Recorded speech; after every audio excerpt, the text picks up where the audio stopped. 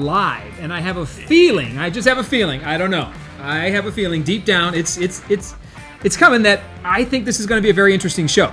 Because as we always try to accomplish on the BrockCast, we try to bring in differing opinions. Look, it doesn't matter. I've always said this 100 times over. You could be left, you could be right, you could be middle, you could be lost. You could have just shown up and realized there's an election and have no clue what's about to happen. I don't care. You have an opportunity to always come on the show, talk about things, say what you think and believe, make an argument, and then we part friends. Mm-hmm. And tonight I get an opportunity, and he's already in the screen, because we say we're going to bring him on from the beginning, and we're going to talk about a bunch of different topics. But, well, got some music going? All right. Salo's got his phone playing in the background. I'm like, man, the music's playing for us here. But I've got Roy Aguillon from his own podcast, The Carpenter's Apprentice. And if you remember in the past, Roy and I have done a podcast together on CBD. Remember that back in the day? If you are going, look, if you're going to know or learn anything about your city, you've got to get out and figure out what's happening on every corner of this town. North side, south side, east side, west side. You got to be all over the place, knocking doors, trying to figure out what is happening in this community. And I'll tell you this, now more than ever, it is important for us to understand how the other side lives. Right. You don't have to agree with it. You don't have to agree with them. You think they're crazy? You do whatever you want to say. But to try to at least understand and engage in some dialogue and some back and forth about what in the heck is happening in this community. And is our community like the rest of the country? And that's what we're going to get into tonight a little bit. We're going to talk about San Antonio, its problems and issues in a high level, SAPD. We're going to get some COVID updates. We're going to talk with Roy throughout every piece of it. And then we're going to go back and forth on, we're going to talk about vote harvesting and voter fraud tonight. We're going to hit a few different topics, but the most important thing is put out the ideas, put the comments in here, and I'll do as best I can to follow the questions and try to keep a little bit better tap on the comments, because I think it's important to try to get your words and thoughts out. But as always, we want to thank the folks who help us make this happen. Align Mortgage of Texas. We film here at Align Mortgage of Texas off of Summit Parkway and Loop 410. We're really grateful to have this wonderful space. Align Mortgage of Texas, the number one VA lender in Texas, soon to be the nation right there. And of course, that's a good credo right there. We've helped thousands of veterans achieve their dream of home ownership. It's the mission to serve and educate veterans so they can own a piece of the land they are sworn to defend. If you want to be a part of it, learn more. On Saturday, July 11th, here in-house at Align Mortgage will be the VA Truth in-house presentation. If you're a veteran or know a veteran, you got to get him out here. And we talk about how to use your VA home loan benefit. Less than 17%, I think less than 18%, I think it is, actually use their VA home loan benefit. Military members, active duty or retired. So come on, jump on it. Veterans, figure it out. Come on out, hang out. I want to plug Chris, Kano, and Align Mortgage because they do a lot for us to get us involved and get us moving, and they let us use the space. So we love you, Chris. Thank you for what you do for our community, for our veterans. And Military City USA. Wanted to say that to piss off the city of San Antonio. I'm going to say it one more time. Military City USA. Oh, I'm going to get sued by Ron Nirenberg for saying it out loud. Oh yeah, he's done. He's done. I'm going to get a cease and desist letter. So when you talk shit. Yeah. Thank you, thank you, Align Mortgage. We also want to throw a quick shout out to Tyler Hall and Speedy Salt. He always jumps in, helps us out. We love you, Tyler. AAA Garcia Bail Bonds.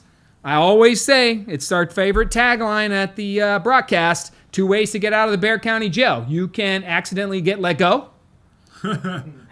That's a positive. I see what you're doing. That's a positive. What's the third way? COVID? Oh, you can accidentally get let go, which would be a bonus, right? That'd be fantastic. You can get bonded out by Louis Garcia and his family, AAA Garcia Bail Bonds. Great dude, great family. Or you can get COVID-19, in which case you might potentially get let out. I don't know. Hey, you know what? Shout out to Garcia Bail Bonds. When I got arrested, they got me out. Appreciate you guys. And no better lead-in to our SAPD night.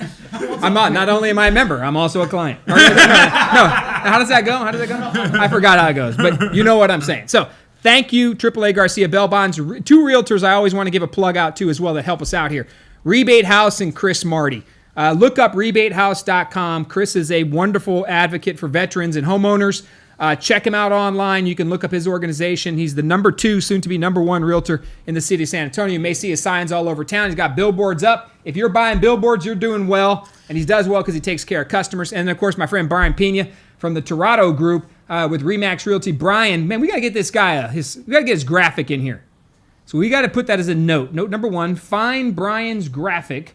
Brian Pina from the Toronto group. You can look him up online. Brian Pina, P-I-N-A, Realtor with the Remax Group.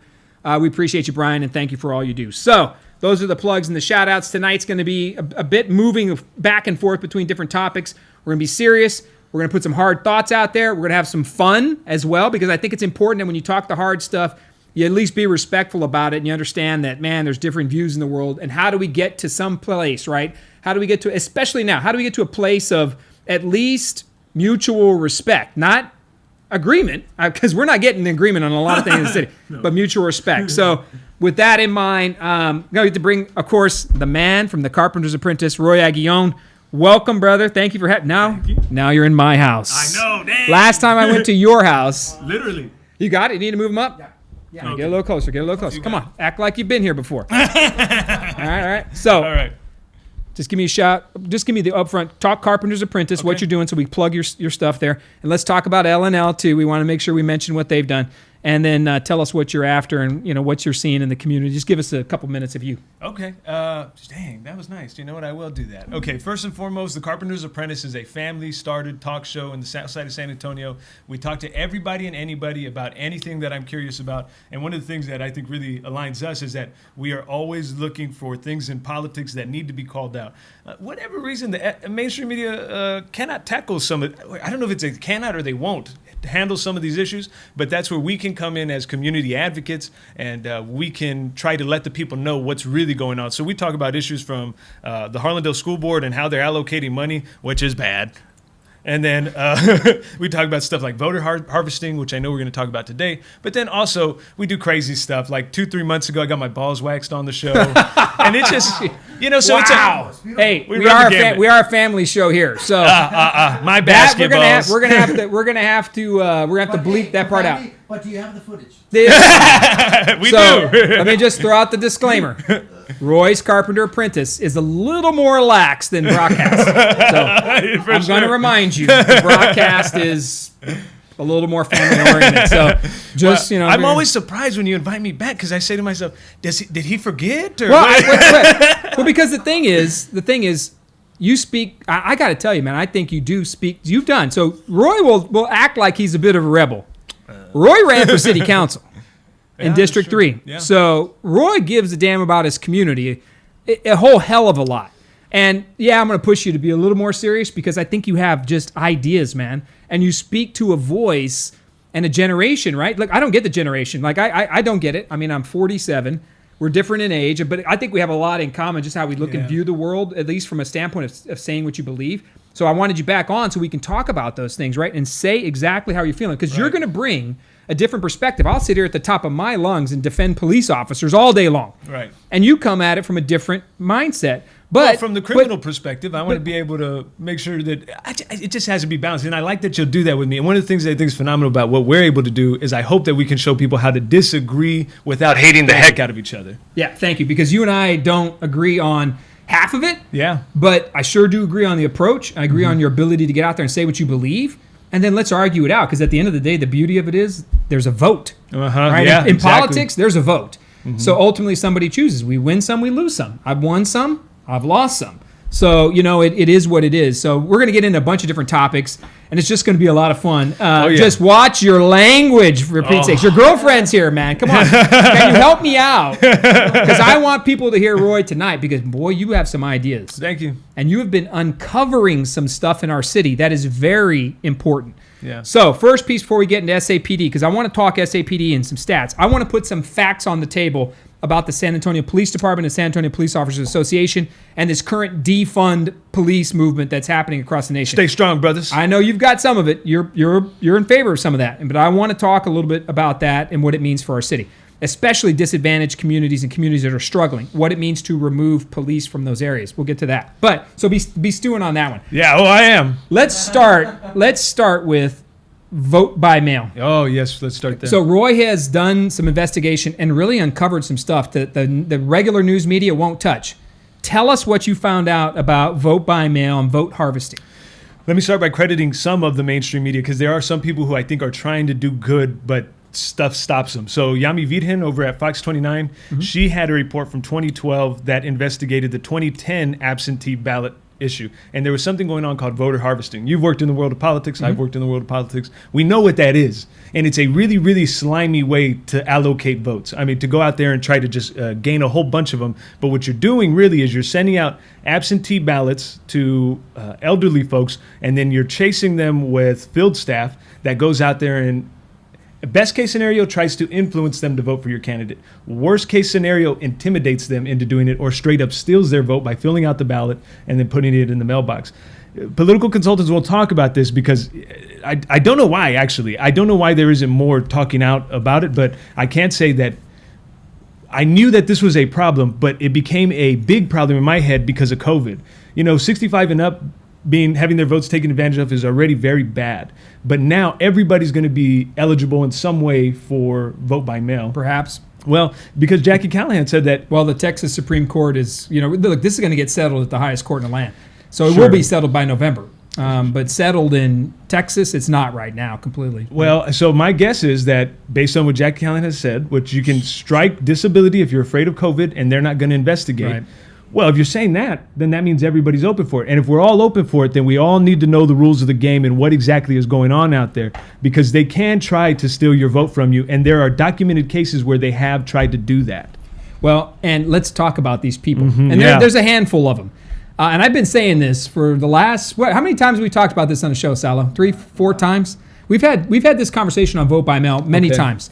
And we keep coming around to it. I keep saying the same thing. People are out there that will intimidate seniors and they'll force them into voting. And people are like, man, BrockCast, you ain't got no proof. No. Now you have actually seen the proof. Yes. And you've been working hard at it. So here's what I know how it works. They'll literally show up at the senior's house. If they're not, Right. if they don't already have it filled out, they're literally guiding them exactly how to fill it out. And then when it comes time, because chances are they do not know the list of candidates. And that's just because, look, man, 13% of the community votes. Who's really sitting in digging in on a ballot with 250 names? Not many people, right? But the seniors are our most vulnerable to the vote by mail vote harvesting strategy, because they sit there and they'll say, oh, look at her. No, mama, sign right here. This is the one right here. Right here. Sign Roy Aguillon. He's the one. Yeah. Ron Nuremberg, right there. You can do it. And these people are paid oftentimes by the vote. Yes, you're right, 100%. Like $1 a vote. Right. And can I jump in? Go ahead. Let me tell you why this is so important to watch right now, because inside of the nursing homes, there are bad actors who are in the political consulting game. And what they are doing is they're going to the nursing homes, they're signing up all you got to do is have one buddy who works in the back room who will let you in. Once you have that, and there are people, these street folks out there who will go and do that, they fill out the vote by mail request forms for all of the seniors in there. And again, I don't know what legal parameters you need to follow, but allegedly, or what the fuck, or what the suck. So, so they fill out. On a roll. I'll keep going. Here we there. go. So the absentee ballot request forms, they'll fill those out. Now it comes ballot time for them to come be mailed out, right?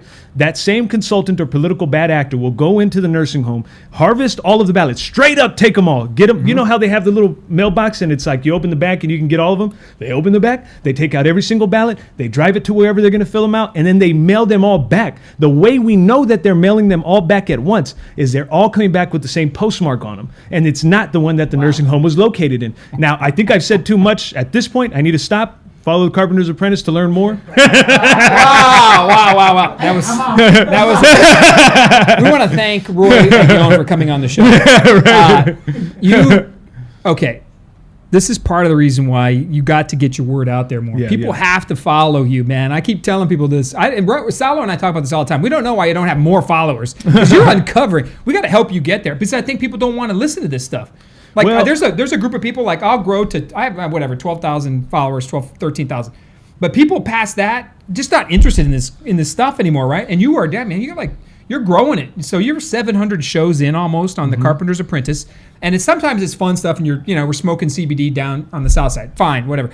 But when you come and you do these things that are uncovering legitimate issues with our voting system, brother, you got to push that out there, because what you have done is you've brought this, you've shined a light on what it means. Look, I don't care who you vote for, man. That's fine. Vote for your person, but at least play fair and by the rules. Right. And don't take advantage of communities. period. And the senior community is the easiest to take advantage of. Yeah. They're stuck in their home. They're sedentary. They can't get to the voting booth. They're relying on somebody to help them out. And then they're actually relying on their advice. Right. And people prey on that.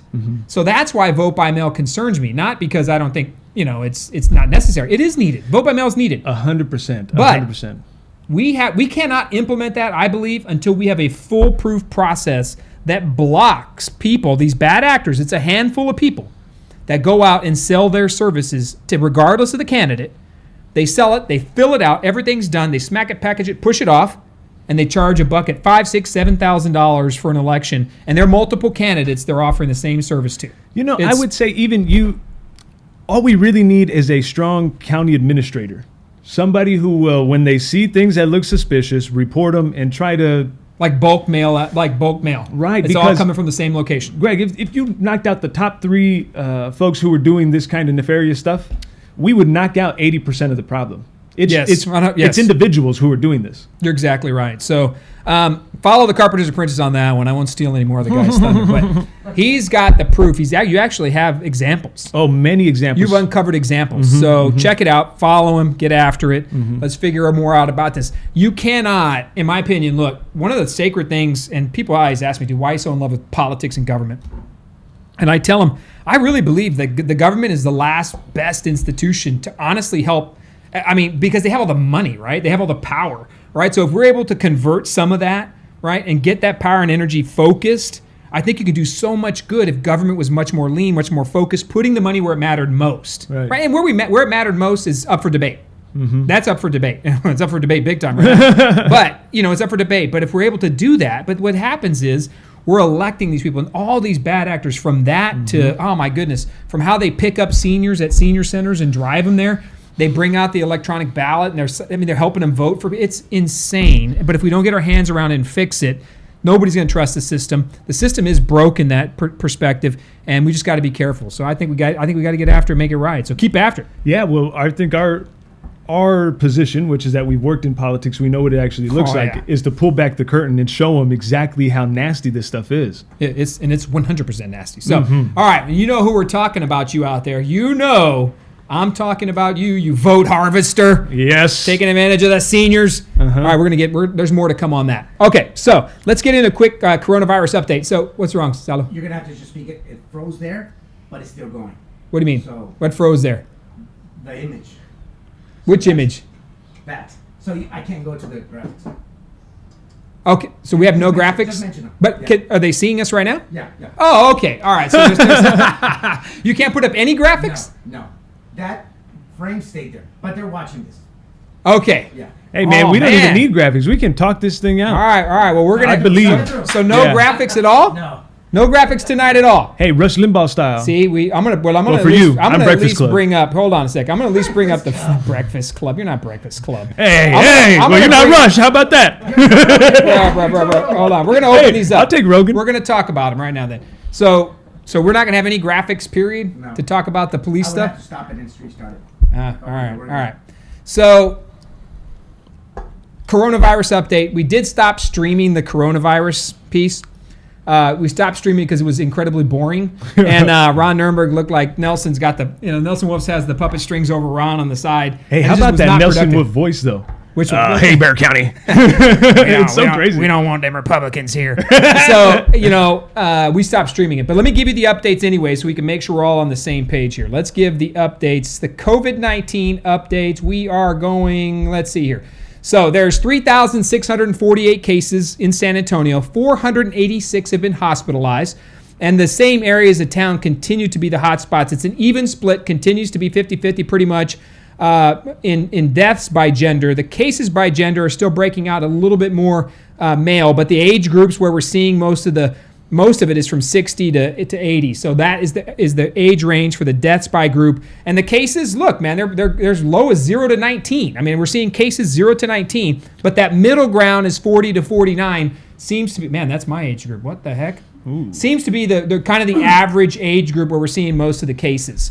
The amount of calls in for questions, so right now they're at almost 81,000 online screenings have been conducted at sanantonio.gov. You can go to sanantonio.gov. You can see the online screening test there. It asks you 10 questions. Hey man, you got a fever? Have you traveled overseas? It asks you all these questions. And then at the end of it, it gives you a result. The result is either, hey man, you need to go get a test, or you're fine, chill out, you probably got allergies. But 81,000 of those, 29,000 went into hotline calls, but 38,000 were told to go get a test. So whether or not they tested, we don't know, but 81,000 folks have used the online screening tool. And we continue to see a drop, although the news media is talking a lot about a potential relapse and issues coming back with COVID-19. What we're seeing is a trend line drop over time of the cases. Now, we do see a few of them popping back up, especially across the state of Texas. If you watch CNN for some ungodly reason, you're watching CNN, you will notice that they're talking about Florida, Texas, and these states that have reopened, Georgia, these states that have reopened. It's funny how they're always only trashing Republican states. I'll just throw it out there for that. But they're talking about these rising cases, especially in Texas, that are going to point towards a relapse situation. Don't know if it's going to happen or not, but that's the big question. But the states are opening back up, and right now Texas, by all accounts, seems to be doing well. But everybody keeps an eye on it, right? Governor Abbott's tracking it. Every mayor's tracking it. But we have seen opposition between the municipalities, the cities, and the governor's office. So that's where we're at right there. Hey, you know what? And one of the things that you're talking about in the front, the numbers, right? Mm-hmm. So 3,500 total cases, but only 80 deaths. Yes. When this whole thing started, didn't they tell us it was like a 15% mortality rate? Yeah, fatality rate? And it ended up being a 0.003, right? So that's a great... Get on with your lives, baby. That's it. Man, did you just say get on with your lives? I love it. Hold on a second. Let's see what the deaths were. Oh, you had it right. You said it. So, look, to wrap up the COVID-19 piece, we are back to work. The city's back and opening up. It had to happen. And I get that people are scared to death. You still should practice your social distancing. Look at Roy and I. Yeah. And then... Roy and I are true believers, though, man. But look, you can practice your social distancing. You can wear a mask. When I go out to QT or I'm at a gas station or I'm popping around, I try to put my mask on for other people. It doesn't concern me. And it doesn't bother me. Wait, but get this. Did you see the WHO just said that it is rarely transmitted from asymptomatic folks? And weren't they telling us in the beginning right. that was the whole issue? That you didn't know. Yeah, to wear the mask, because if you're asymptomatic, you're potentially transmitting it. Right. Yeah, you're right. Well, I'll stop. But look, it's all over the place. COVID-19 continues to be a major issue, but keep following it. We're not going to stream that boring old COVID-19 city update. We love you, Ron and Nelson, but we're not going to do it anymore because it's putting us all to sleep. We would have like 100 viewers, 125 viewers, and then it would be like 12. Yeah. Because we would be filming them and everybody's like, bro, really? Can we get rid of these guys? Hey, when you were watching all this, can I ask you a question? No? Sure. When you were watching all this, did you think, oh, damn, I could steer this ship so much better right now? Man, why are you going off and asking me a question like that? I had to, man. I was thinking it the whole time. I was like, I wonder if Greg's sitting there thinking, yeah, I mean, could fucking obviously I would do the job drastically different than Ron Nuremberg. I think he's obliterated the economy, and I think he's torn us down, and he's done nothing to unite us whatsoever. I think initially... Like we talk about this a lot. I think initially at the beginning of the pandemic, he was doing a decent job because his personality is one that fit the moment, right? Like you don't want crazy town when the whole world seems to be melting. So initially there's a lot of fear. So I think his calm nature, or if you want to even call it that, I think he's boring, but the calm nature fit the moment. And then I think he started acting like he was in charge of the world. Yeah. He's on CNN. He's on 60 Minutes. He's trashing Dan Patrick. He's going after everything. He's fighting Austin. And yeah, at that point, I'm like, that's not going to get anything done. You can't be picking fights with the people. We need to win. Like, we need Greg, this help. You got to set up for whatever the next position is that you're running for. Oh, man, I don't know. I think I'm looking for a rematch. Yeah, right. But no, I mean, you know what? There's a lot that can be done differently. The number one thing that concerns me is I think San Antonio, and let's get into that. Great segue. I don't think this is the San Antonio that Ron Nuremberg and that city council thinks it is. So that's the topic right now. I want your questions on that. So start thinking about it right now. For number one, put in the comments what district you're in because I'm curious about that. Plus, I want to call and see if we can catch Clayton Perry. Okay. I want to ask him about these SAPD comments that have been going on downtown, what he felt about that. But the question, right, where are you at? What district do you live in? But the real question here is City Council and Ron Nuremberg, are they speaking for the majority of this community? That's going to be at the end of this conversation about SAPD and other things. Is that what's really happening down there? Do they speak for? What's your gut feeling on that right off the top? Hell no. What are you talking? I don't have to ask this guy to be. I don't have to ask him to be frank. No. Give us a straight shot. No, look. First of all, whenever they get elected, something happens where they transition into this weird like monolith where they're all hanging out and they all try to act like a little bit uppity. You know, all of them are a little better than the others, and that off the bat tells you that they're not like with us because the way that they talk sounds so different. It sounds like a robot. Nobody talks regular like you do. Yeah. Yeah. Well, I mean, I'm sorry, man. It is what it is. And when I was down there at City Hall, you're right. When you get down there and you get elected and you get into that bubble, you live in the bubble. And you can choose to stay in the bubble. And that will be your world. And it's intoxicating. You got power and people are following you. You got direction. You got a staff. And you go from whatever you were doing in your life before to being really, really self-important really, really fast. Do you think you ever got arrogant while you were an elected official? Yeah, but I got arrogant on behalf of my community. Okay. So I would go down there like for 10% of my time I spent downtown. Oh. And I would show up in my shorts and a fishing shirt. And it would piss them all off, right? And I would show up to the B session meetings. I mean, I would wear a suit to sit to the big show, city council meeting. But for the other meetings, I'd show up in a shorts and a shirt. And they'd be like, well, why are you wearing that? I said, because the work's out in the neighborhood, man. The work is not here hanging out with you people counting our dollars. Like, that's not where it's at. So I got arrogant about shoving it in their face. I did. Really? Because I wanted them to know, I don't think this is the work of the city. You people you're confused, and more so that you think you speak for the city. Yeah. Because if you're elected by 13% of the city, let's take Ron and I. Last year, right? Last year. Ron 51, BrockCast 49. 130,000 people voted. So that means at the end of the day, only 61,000 people like Ron Nuremberg. Wow. So it wasn't like, and 59,000 like Greg, right? But I don't see it as, they think it's this mandate.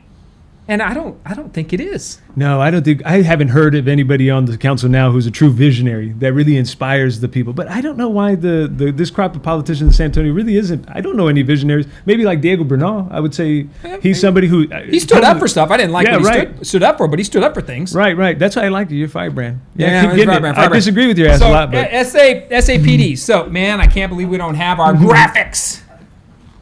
So SAPD. So what we're seeing is a defund police movement. I want to talk about this. Let's bring you in and we'll have a conversation about it. I'll try to talk the points through. So here's the key points about it, and I'm going to bring them up right now. So the defund PD movement is starting to take hold across the country, and defund means many different things. Why don't you explain defund versus abolish? You've been doing some research to talk about it. What do you think defund versus abolish? What does that mean? I'm going to just say real simple first. Abolish, get rid of. That's a no-brainer. Defund, you got to talk to different people because it means different things to different ones of us. For me, I would love to see a 20% reduction in the budget for SAPD, and over 10 years, we would be able to have $1 billion extra to do social programs with to actually take on the root causes of a lot of these crimes.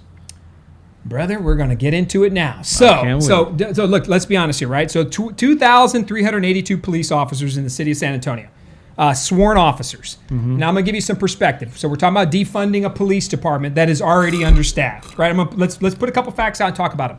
SAPD's understaffed and defunded, right? At this point, they already are naturally versus other cities. So we'll look at Dallas. We'll take Dallas PD. Dallas has 1.4 million people. They have 3,045 sworn officers for 442 per resident. Phoenix, which is often compared to San Antonio with 1.6 million people, has 2,900.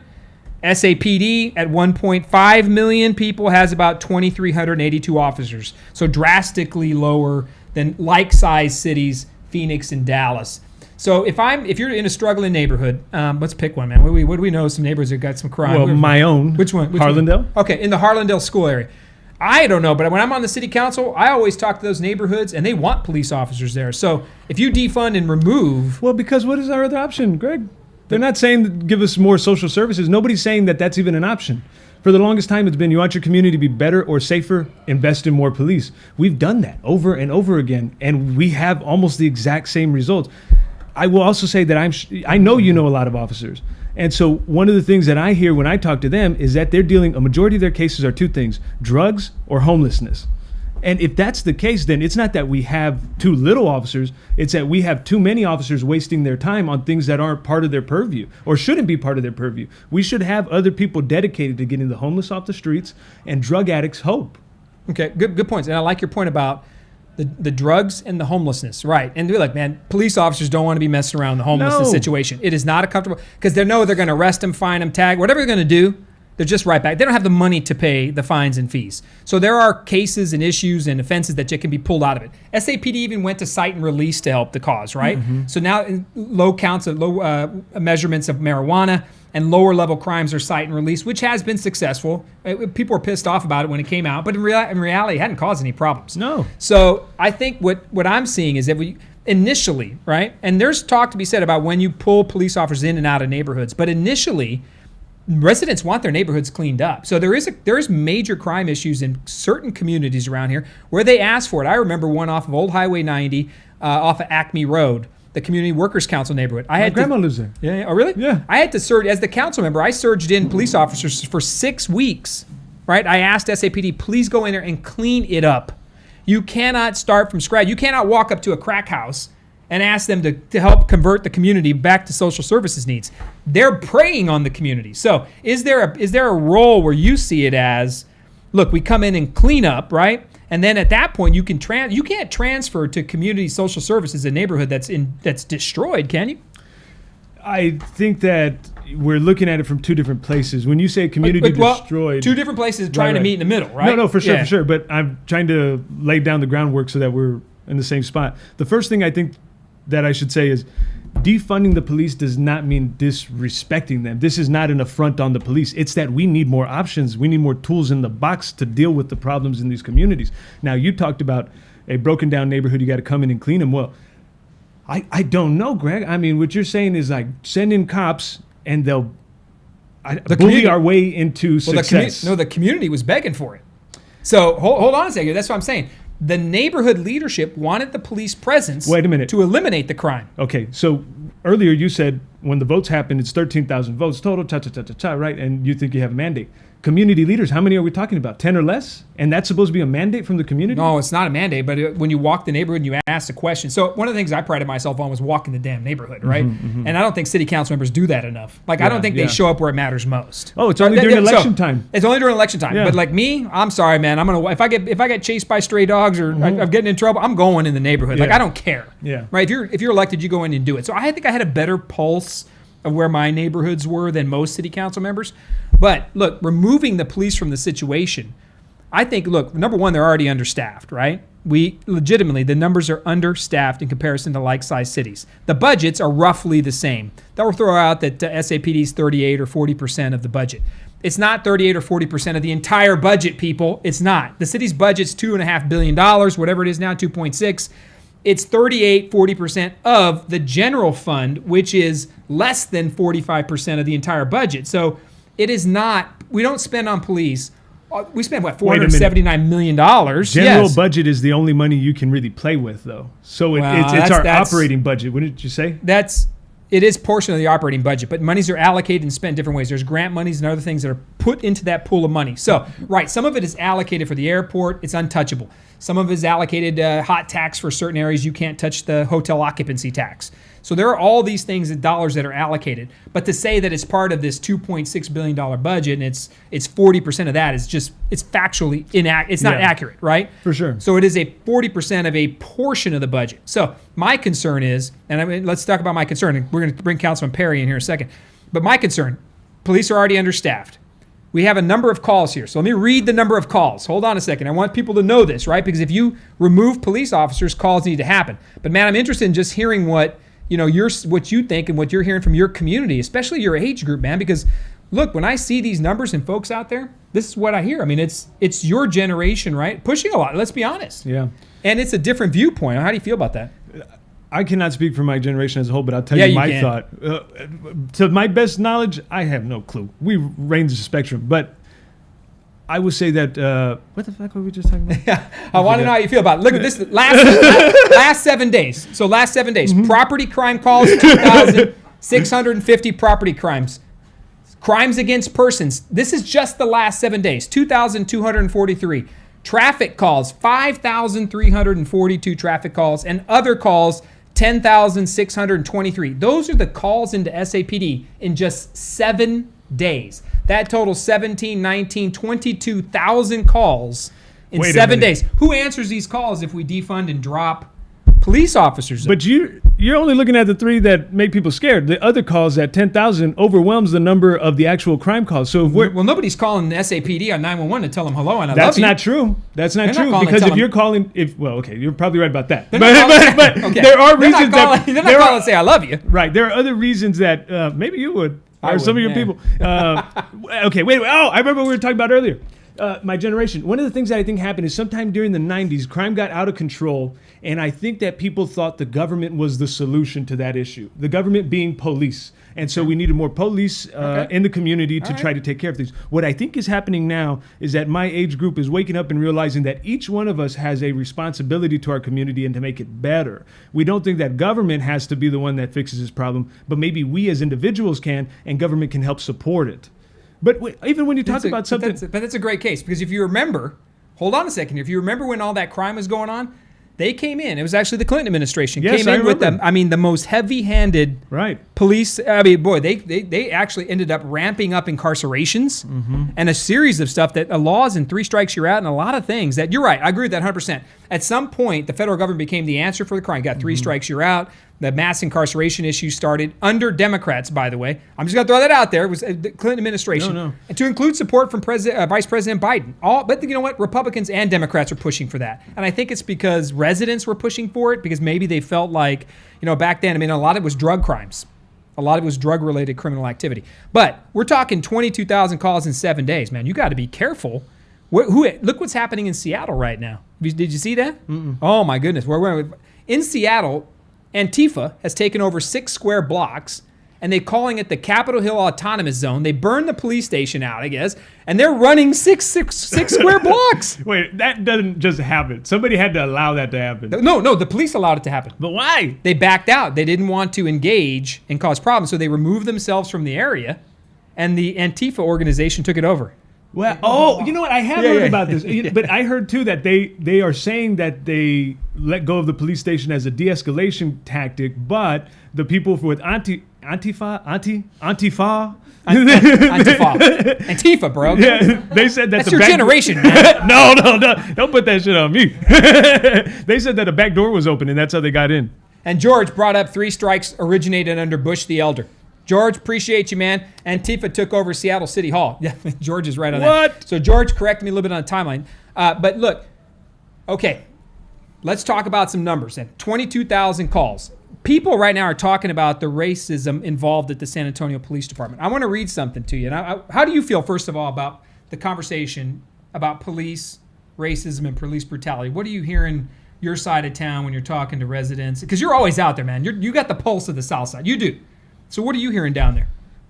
I mean, even before the show and everything, just when I was a regular guy just walking around and whatnot, Yeah. people were so mad, man. They were already so angry at the police. And I don't know. I don't think it was necessarily the racism thing because everybody's fucking brown in San Antonio, or a lot of people, a lot of us. So the cop who took you in was brown and you're brown, and it kind of washed out. But the one thing I will say is they weren't nice. I don't know. Maybe it's not their job to be nice. I understand that, but if you call them for something that happens on your property, they would come in and be rude, like they didn't want to be there with you. If I understand it's a police force, customer service probably shouldn't be something that they're always thinking of. But if you're taking our money, maybe just treat us like human beings when you come talk to us. Yeah, and I think that, look, there's room to be had. I think you'll talk to a police officer, and they'll be the first to tell you they don't want bad cops on the force. But even some of them have told me that they have a partner, and when they go out, the partner is so vicious, and that they stand there and they just don't know what to do. And in that, so I've heard officers admit to me that there are bad actors within their realms. And they know that. In any career field, there's going to be bad actors. Police engage with the citizens on the worst day of their life. And you can think about it when you get pulled over by a cop. I mean, I get pulled over by a cop, your adrenaline level's just spiking, right? You do not feel like this is going to... No. It doesn't matter because it's an uncomfortable situation. Chances are you're going to get a ticket. You can't talk your way out of it. You don't know what you're going to engage. The media, my friend, has blown this whole thing up into a monstrous animal that it is. I think the media is so full of shit right now, and I think they're exacerbating the problem. But you don't engage with PD on the best days of your life. You never do. And yeah, you can show up and drop off food from time to time and buy a cop a lunch, But at the end of the day, you're not engaging. When the police officers show up at your house or your place of work, something bad has happened. But the racism thing, I want to read this to you. This is from once a year, the city's required to do a racial profiling report and talk about the comparison between the number of calls, traffic stops, the color of those people they stopped, how they knew the color of those person before they stopped them, and then finally what was the result of that. They hire a third-party organization that comes in and does the study. Here's the words, right? So the department percentages are as follows. SAPD is stopping Hispanics 56.1% of the time and Caucasians 32% of the time. So 88% of the stops are Hispanic and Latino, and then Caucasian. Now that matches up with the demographics and the numbers of San Antonio. That's a clean match. African American and Black, that's what it's listed as at 10.63. Asian Pacific Islander at 1.24, and then Alaskan, and we got some Alaskan American Indians getting pulled over 0.08 times. Damn. 0.08. Hey, where's the Alaskans? Hit me up. Yeah, they're the Alaskans. Here is the statement from Chief McManus, signed by the Chief of Police. Data from Dr. Withrow. He did the analysis for the entire city of San Antonio. This is a signed document seen by the city council. And I wish we could put it up on the screen. Based on Dr. Withrow's independent analysis, there is no evidence suggesting that the city of San Antonio is engaging in a pattern or practice of racial profiling among city residents or non-residents. I am confident we have complied with the fullest extent of the law possible for calendar year 2019. That is a licensed, expert, PhD, doctor, third party, analyzing all 139,000 traffic stops, saying there is no evidence, signed by the Chief of Police, given to the San Antonio City Council and Mayor, 2019 report, there is no racial profiling, no evidence suggesting it. How do you take that? What do you think? Listen, these are data points, Greg, but those data points represent real human beings who have real experiences with these folks. Just because it says this in the data doesn't mean that it's reflective of what actually happened on the streets. These are just like he's trying to find patterns and if there's any correlation between race and bad practices. But even if just 1% of those interactions was terrible, very terrible, it would be a lot. And it would be enough to keep whole families distrustful of the police going forward.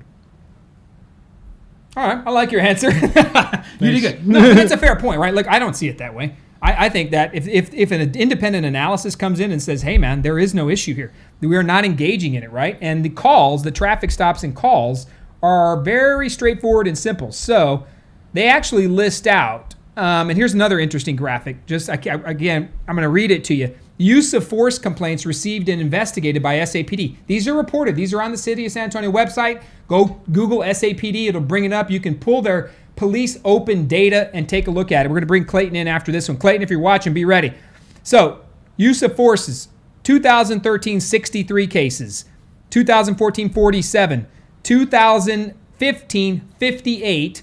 2016, 47, then 28, then 29, and in 2019, only 18 cases use of force complaints received and investigated. So my question to you is there a chance that perhaps this is that the media is overplaying this piece? And what the bigger question is, we see that there's thousands of people marching. Mm-hmm. I get that. And I respect anybody's First Amendment right. You know me, man. I don't care. Yeah. Throw it out there, dude. Say whatever the hell you want to say. I don't want you rioting or looting up my city or destroying property, but go out there and say what you got to say. 100%. I support that all day long.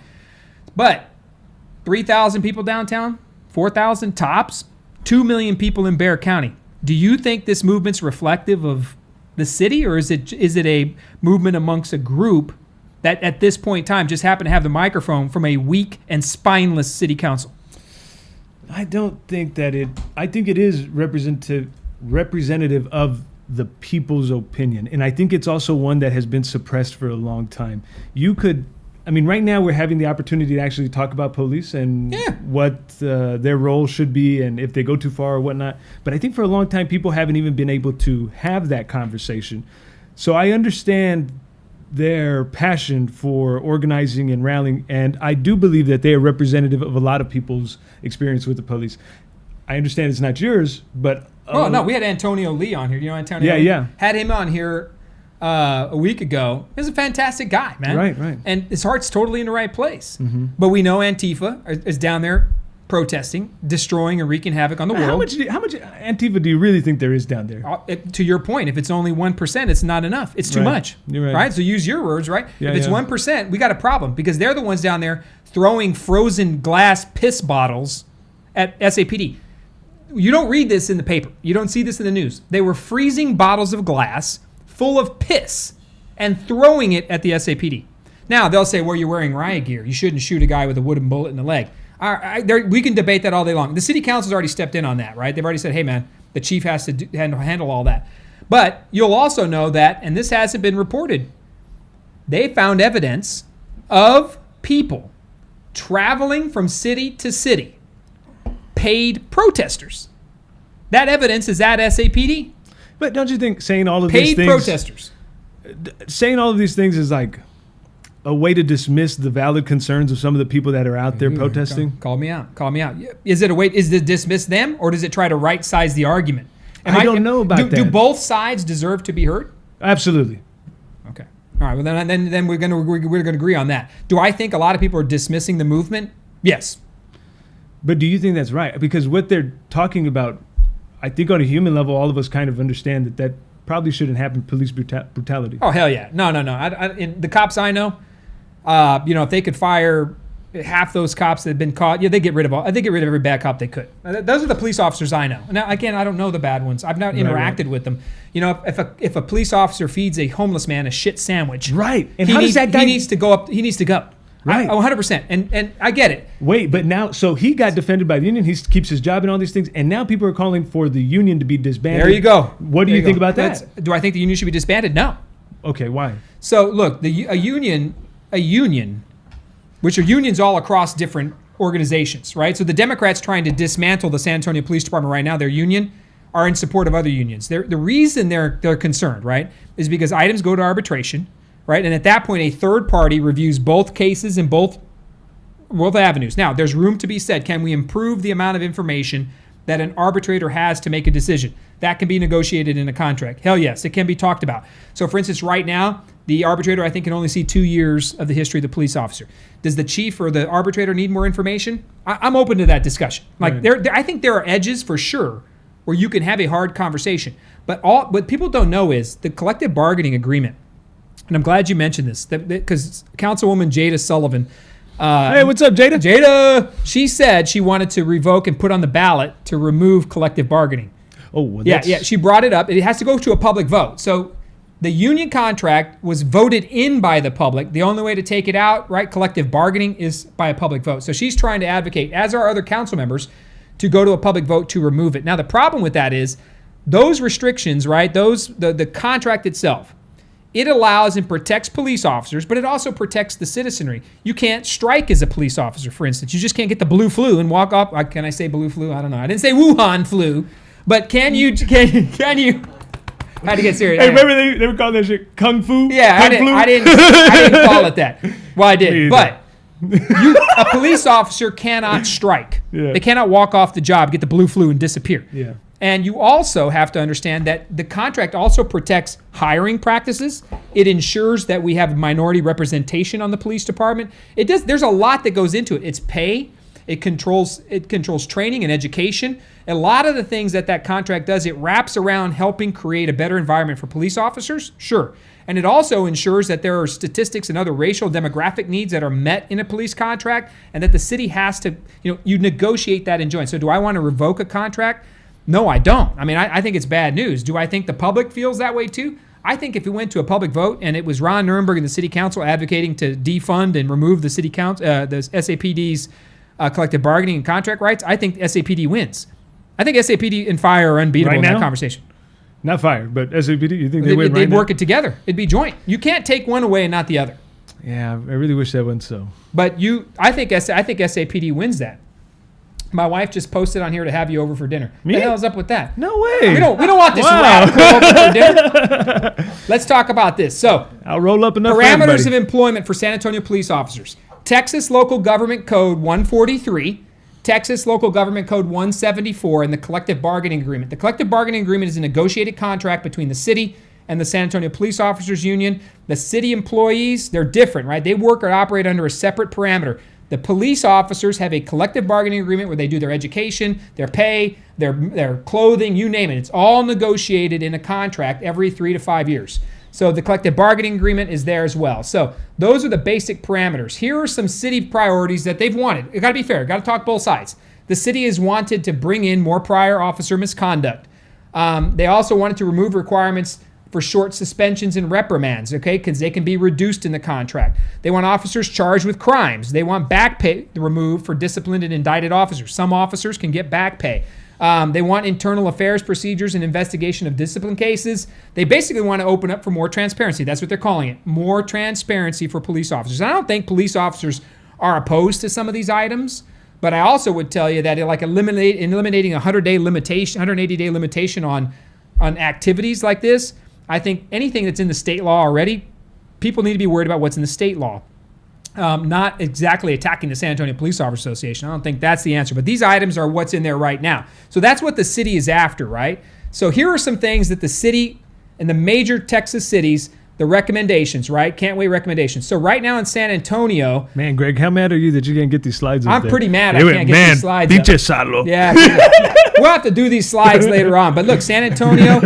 They look so nice. I know, man. They look nice, right? So, look, there's actually can't wait police recommendations that are out there. For instance, they want to exhaust all alternatives before shooting, require all use of force to be reported, banning chokeholds and strangleholds, establish a use of force continuum, require de-escalation, duty to intervene, ban shooting at moving vehicles, and require warnings before shootings. So those are some things that this contract and this whole fight's going to be about. And it's going to be a significant challenge for both sides, and it's coming, I think, in 2021. They're going to start negotiating it. So just so you know this real quick, Chapter 174 enables police officers and firefighters to collectively bargain. Voters adopted it in 1974. They voted it in. So by a public vote, it can be voted out. Let's be 100% transparent. Voters can do a petition and put it to a public vote to retract 174, which does collective bargaining. The officer appeals process are part of these things as well. I have a slide as well for 143. So you're going to hear these in the paper, on TV, and from your elected officials. 143 provides civil service protections. So set out requirements for hiring, promotion, terms of employment, discipline, and termination. The voters adopted that in 1947.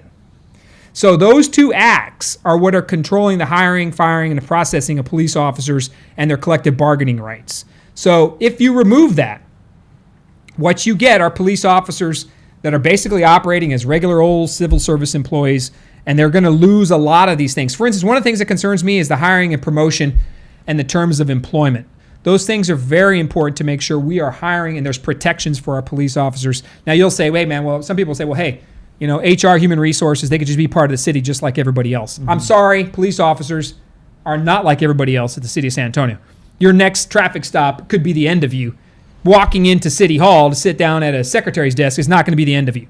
So the job requires a greater respect, in my opinion, greater pay, greater all of it. And I love the city of San Antonio employees, but they're just not, they don't do the same level of challenging job, life-threatening job, exposure to all kinds of things, pathogens, weapons, fighting. It's just insane what a police officer sees. So I don't want to treat them like the rest of city of San Antonio employees. What do you think about that? No, they're employees. All the money's coming from us. They are employees. You're employees. Yeah. I agree with that. So if I hired a security company and I didn't think that they were doing great, I would have a conversation with them about, doing better. And I think we got to hold them to that same kind of accountability. And I also think, though, you're right, that they are taking a tremendous risk. And the ones that are there and doing good ought to be handsomely rewarded for that. And if we had less officers and if we had less... you really believe, I got to ask you, brother, you really believe that fewer police officers is the answer? Yes. Oh, my God. I do. Because each one of them is costing us an arm and a leg, and we could use that for social services. It could literally cost you an arm and a leg without a controlled crime. Man, right now, look, a bunch of times I've ever called the police, you know what happens when they get there? They say, "This is a civil issue. We can't do nothing. Go fuck yourself." And they don't say that. Okay, you're right. They haven't told me like that, but it's pretty close. They don't do that. Come on, man. Hey, man. Maybe I don't know what. Maybe you called the wrong police department. I don't know. But look, what I'm thankful for to hear from you is that I think this is what people, your generation, these groups that are after this, these organizations that are walking downtown that are, it's getting a little wild, it's getting a little crazy. But I think what you're saying is what a lot of people do believe. Mm-hmm. Like fewer police officers is the answer. Like if I can get involved in it and make sure I have 25% less police officers, miraculously the city's going to fall in love with each other and take care of each other. And then, by the way, the same 129,000, 130,000 calls, that will still be there with 25% fewer officers. And you can say, well, crime will go away. The hell, it will go away. Hey, Greg, you want to hear a fucking fact? What's that? Because I see some of those people talking shit. All right, let me tell you something. You're good. No, yeah. In New York City, 2014, 2015, they did something called a police slowdown. It wasn't a boycott. It wasn't a strike. It was a slowdown. They said if fewer of us come in and if fewer of us work, that we'll show the city and we'll show the mayor once and for all that we're really necessary. And you know what happened, Greg? What's that? It backfired because they had the same amount of calls, but they had less crime. Why did they have less crime? Well, there was some crimeologist or a professor of criminology. You're good. I love it. Again, he's making up facts now. Yeah. He not only make up facts, he made up words. Hey, listen. I love it. Can we all get along here? Yes. So, criminology. Criminologists. There were some professors of that. They got together, and what they figured out was that without the police presence, it wasn't creating this stress on the community because there were so many police officers there, which in turn drew down crime. I tell you what, man. I talk to neighborhoods all the time. They ain't seen police officers. 2,382, probably a couple hundred police officers short. I would tell you this, based on San Antonio's population, we're 500 police officers short. So we're doing more with less. We spent about $19 million in overtime. It's not because the city, you can ask most neighborhoods, they don't see police enough. In fact, one of the biggest complaints I would receive is, I don't see police, Greg. I don't see them. The question is, if we already don't see them, what are we paying for? If we're going to see them. No, they're understaffed. We're not. So my point, though, is we are already understaffed. We are seeing this rising amounts of crime, right? And by the way, use of force incidences are down. Reporting is down, right? Violent activity and crime is going to continue.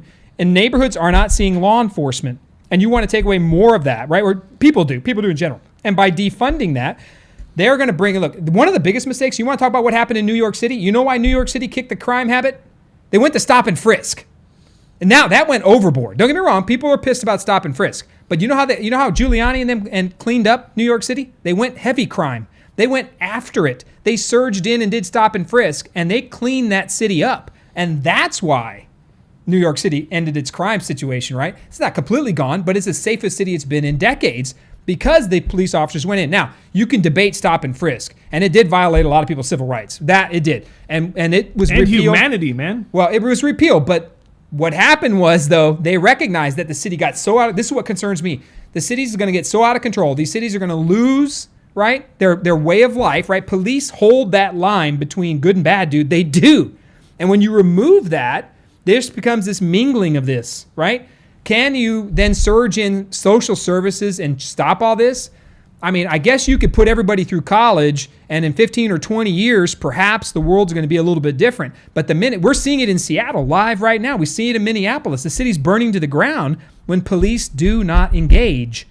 So I think it's incumbent on us to make sure, look, we put the right amount of money. So the real answer, and I think we can find some middle ground on this, are there things that we got to get Clayton on the phone. Oh, man. Are there things that we can do with police officers to make that more transparent? Yes? Oh, no. Yeah, of course. Okay, you're a hell yes, and I'm a yes. I think we can do some things, right, that will build greater transparency, right, and make sure that there's greater accountability. We all want that, and by the way, the police officers want that too. Yeah. They want the asshole next to them, and you said, the guy that's going out, that's lost it, shit sandwich guy. You know what? Yeah, okay, fine. Police officers don't want to talk about that guy. You know why they don't want to talk about him? They're probably pissed I even mentioned him. But you know why they don't want to talk about him? They want him gone. I mean, because they don't want bad officers. It gets the whole thing. But like how come they're not speaking? Like, this is what gets me. They all agree that the shit sandwich guy is a shit guy. So why can't they just say that? Like, just show us that you support us. There is a, when you do that job, like when I was in the military, the only thing I can equate it to is my time in the military. There's a brotherhood that comes with that. And for good or bad. I'm not saying it's right or wrong. But there's a brotherhood that comes with it. When you hold a line like that and the person next to you is the determining factor of your personal safety and your ability to get home at night, you create a bond. And it takes a lot to break that bond. And maybe that's something that needs to be worked on, right? If the your culture. bond is stronger with the other person with a badge than it is with your own community, then there's something twisted. But what's not necessarily twisted. What it is it could be misplaced, right? And perhaps there's some culture things that need to change. I think the police officers would admit that. They could get better at it. But like I said, when your life depends on the man or woman next to you, you're going to establish a bond, right? So the brotherhood is same as it is in the military. I mean, you are going to take care of the person next to you because that's your ticket home, right, to your family. So that's the mentality. It's not. But them jumping into a brotherhood position where they close ranks forces the outside viewing public to do the same. That's a great point, right? And then so people outside of that, I'm going to argue that I think this is a smaller percentage than is getting the publicity in the press. I think we're a community of 2.1 million people, and this is about 10% that are driving the entire train right now. And look, for instance, Rebecca Villagran, she's a friend. I mean, she's a council member, colleague. She wants to do polygraph tests to find out if you're a racist before you get on the police department. I mean, come on, man. You know, I saw somebody in the comments, they said, let's start with city council first. Yeah. So I think, who said that? We were talking the other day about that. But look, let's get Clayton on. I want to see if we can talk to him here. All right, hold on. Hey, while you do that, can I put in a plug for L&L? Yeah, go ahead, because my wife said you need to get your mouth washed out with soap? Me? Oh, no way. Is that why you invited me over for dinner? Give him a plug. Give him a plug. Check it out. We just came back from L&L Hawaiian Grill. They're over there on Austin Highway. It's San Antonio's only Hawaiian cuisine spot. And right here, we've got a beautiful piece for Greg and Silo to try out. And L&L Hawaiian, thank you. We got Clayton Perry on here. Clayton, you there? Dang, I tell you what, I didn't think I'd get a word in edgewise. Man, because we're sitting here arguing, and this kid wants to get rid of SAPD, man. He wants to turn this place into Mulberry. And I don't know why, but I think me and you are the only two who know what that is in this room right now. Well, that's why you called me a kid. I love you, man. You know I do. There you go. Hey, no, there was some comments about the homeless situation, and let me give you an example here. And Greg, you were still on council when I asked this question the first time. I said, just for the homeless population, how much do we get in federal, state, and local funds to help the homeless? You know what the answer was initially? $80 million. $80 million a year. And so the proposal is, well, let's defund the police, or let's reduce their funding to take care of more homeless. How much more money do you need for 3,000 people? $80 million? Give me a break. Let me tell you, something's wrong, something's broken if we're spending that much money on the homeless population.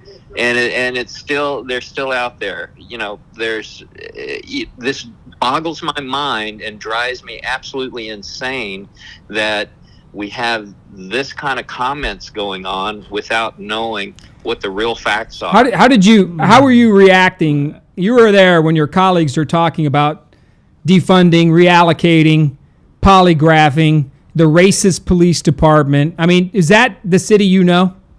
Well, no, not at all. I mean, I'm just there rolling my eyes listening to this. I could not believe what was being said about our police department. And I like that comment earlier about, well, let's have the city council do the polygraph test. I'm all for it.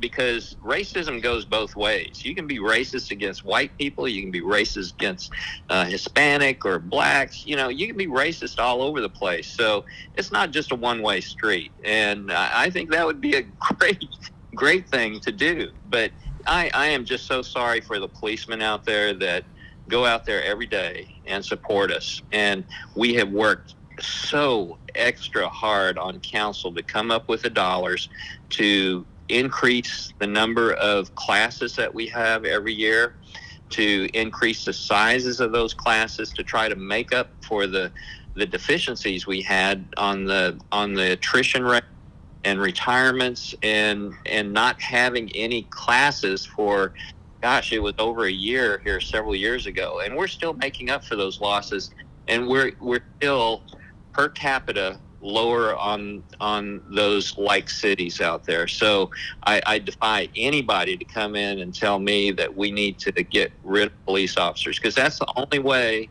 that you're going to save any money from the fire department, from the police department, is over 80%. I think 86% of our budget goes to wages, healthcare, and all those kind of things for the police department. And so the only place that you're going to get savings is a reduction in force. And here's what I'm going to tell the rest of the council and the mayor. I said, okay, y'all go ahead and make those reductions. But let me tell you what, take those reductions out of your council districts, but I want my council district to stay where it's at. You want to reduce the force to save money? Well, then you take it out of your districts, not mine.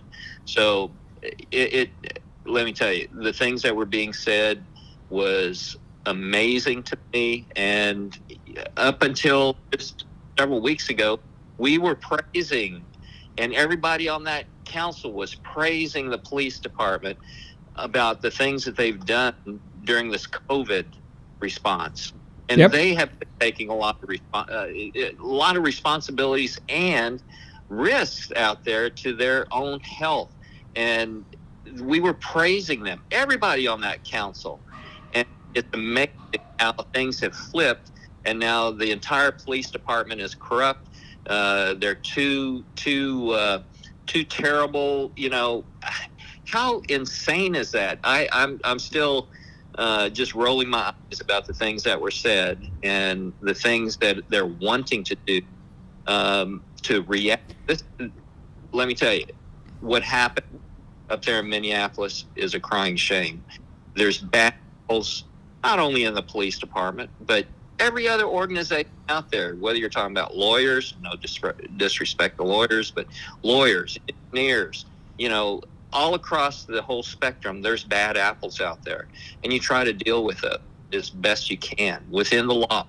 And there's laws that protect people's employment, not just in the police department, but every employment agency out there. So you have to respect that and deal within the system. But we got to get you back out, man. We got to talk about this. Man, when are you coming back out? I got so much more I want to say on this, and I know you're running out of time, but yeah, I should have. I'm sorry. When Roy and I get going, we can't stop. But we got to get you out just in person so we could just sit out here and talk about this stuff, man. Yeah, I'd love to. You up next week? Next Thursday? Yeah. Okay. All right. See if we can get it on the calendar. Get with your boss, the staff, and see if you're talk to Paul and them, and see if you can come on out next Thursday, because we got to talk about this stuff. Because the way I look at it is they can, if they don't know how the rest of San Antonio feels, right? If they don't know, they're going to do what the hell they want to, Clayton. And you need support right now.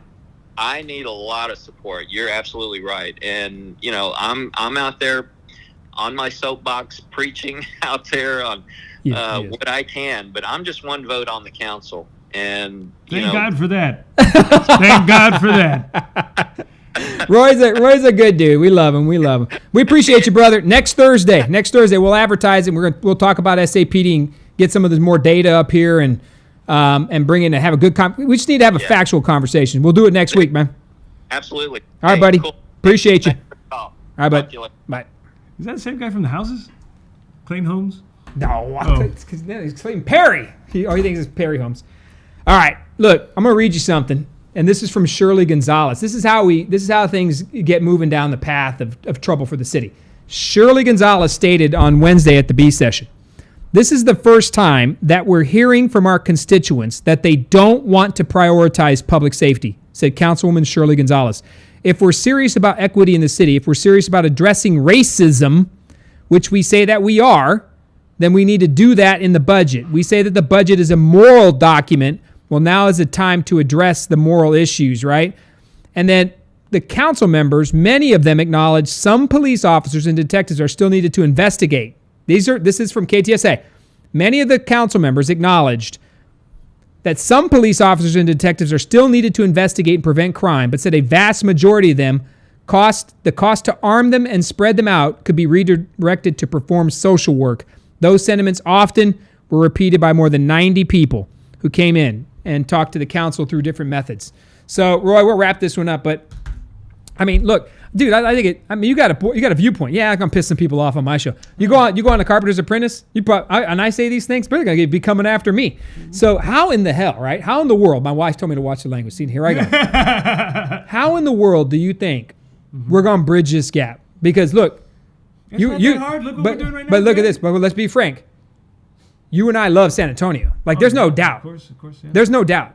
I mean, because I will vouch for Roy. Yeah, he says an F-bomb here or there, and he's got some thoughts. But the guy loves San Antonio. Yeah. It comes through. And I vouch for Mike, for people who follow me and listen, 100%.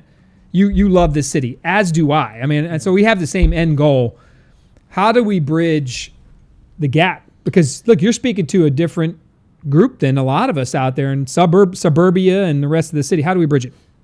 Okay, this is like maybe the corniest solution possible, but I think we need to just have community conversations. Not a conversation with the council person from that community where the community comes in and it's just a fucking town hall. I'm talking about like where we get the community together and we collectively talk about what we want to see happen in the city. There has to be a revitalization of the family unit being what holds together a community as a whole. So families come together and then the community comes together.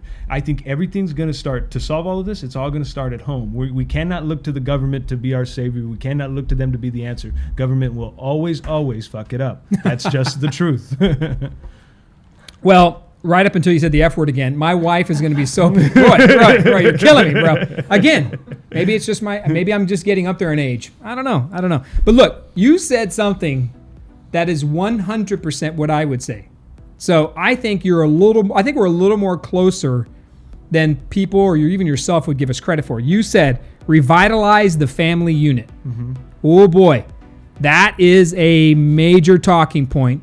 I agree with you 100% on that. I think a lot of the breakdown comes from a breakdown of the loss of the family unit. Now, I attribute it to faith. Many others won't, but I attribute it to faith as well as a breakdown of the family unit. And it could be anything from absent fathers to people not getting paid their child support. You name it. I mean, it could come from 1,000 different... a single mom that can't get child care. I'm glad that you said faith too, because I think the fall of the church and the fall in attendance in the church has taken away a community structure which used to bind us all together. Oh my God, Roy Aguillon, you... all right, you just...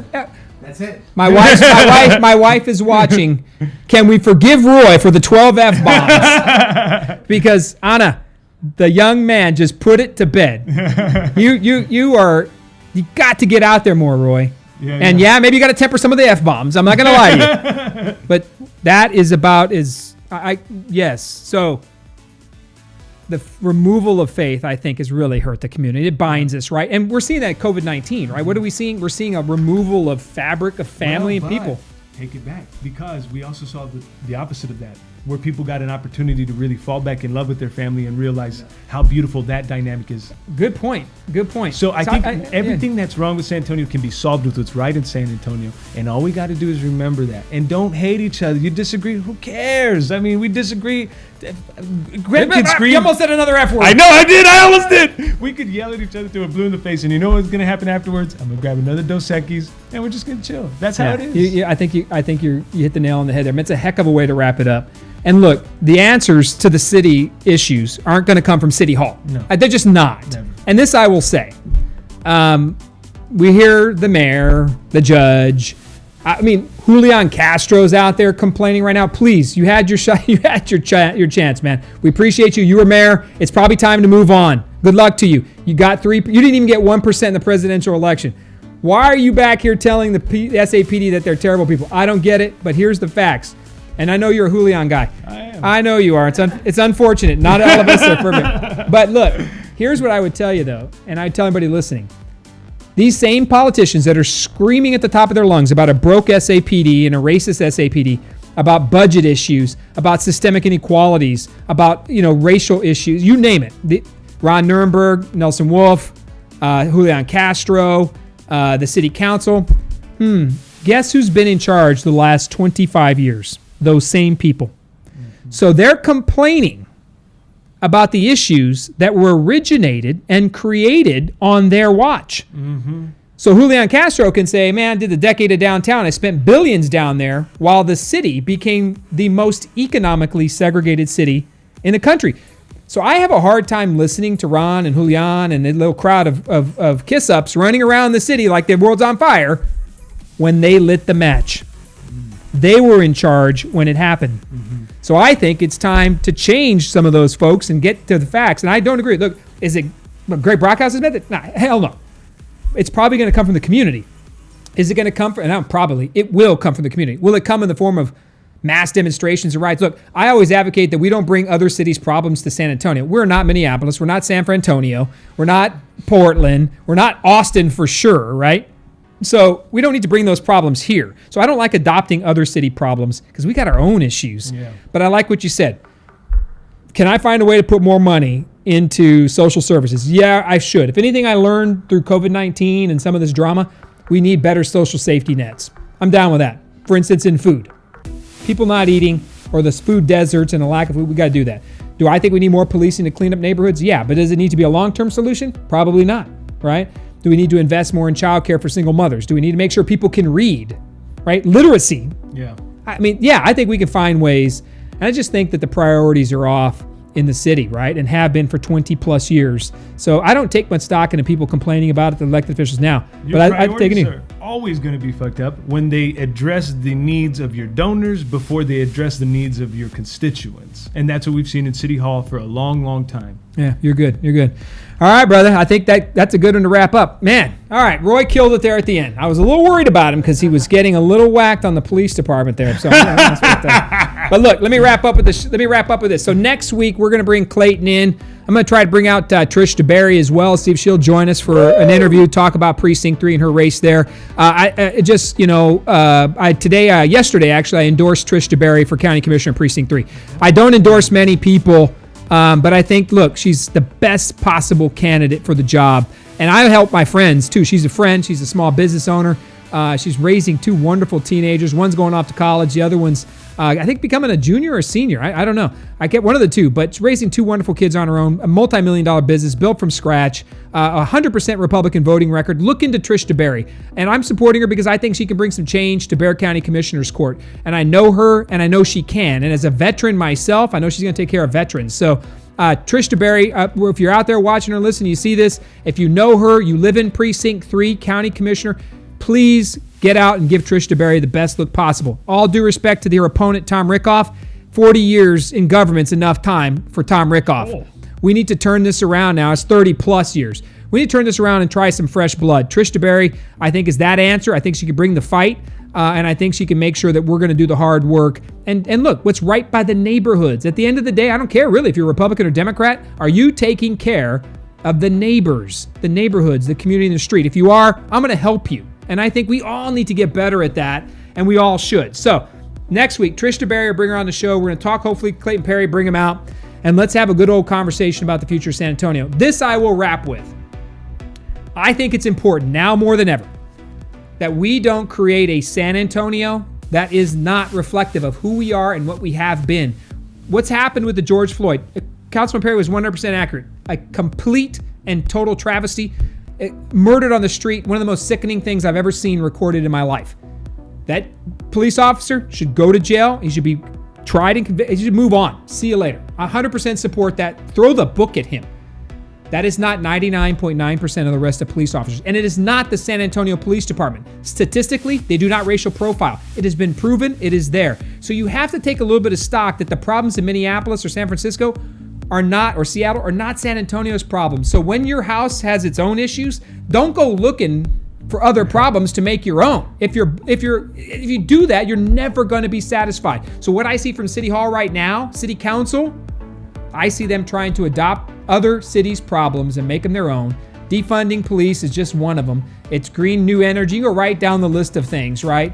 On all of these items being built up at City Hall, I'm willing to bet that they don't represent what the city of San Antonio as a whole really is. And over the next few months, I'm going to put that on the line. I'm going to get out there more, start talking about these issues and putting education out there because it matters. It matters that you know who you're voting for and what they're standing. And if we don't do that, they're going to get away with it downtown.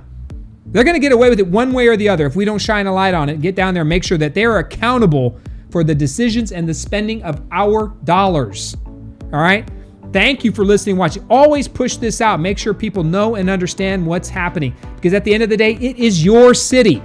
13% of people voting is a travesty in itself. And if we don't get out there and make sure you have a reason to vote, you may have it the next election, but this is not my San Antonio. And I'm going to put it out there that we are not on the path that this community believes in. I know it in my gut and I feel it. So I'm going to ask you to get engaged and to listen. If you don't agree with me, fine. Come on the show. Roy did. Roy and I are always talking about it. Roy, thank you for showing up and putting out a different perspective. I got to work on the bad words because my wife's going to get pissed. But thank you for coming on. We appreciate you. Let's keep going and don't stop putting out the right information for who San Antonio is, really is, and what we can be. We got a lot to work on, but we can do it together. As always, we appreciate you. Like it, share it, tag it, and the BrockCast is officially out.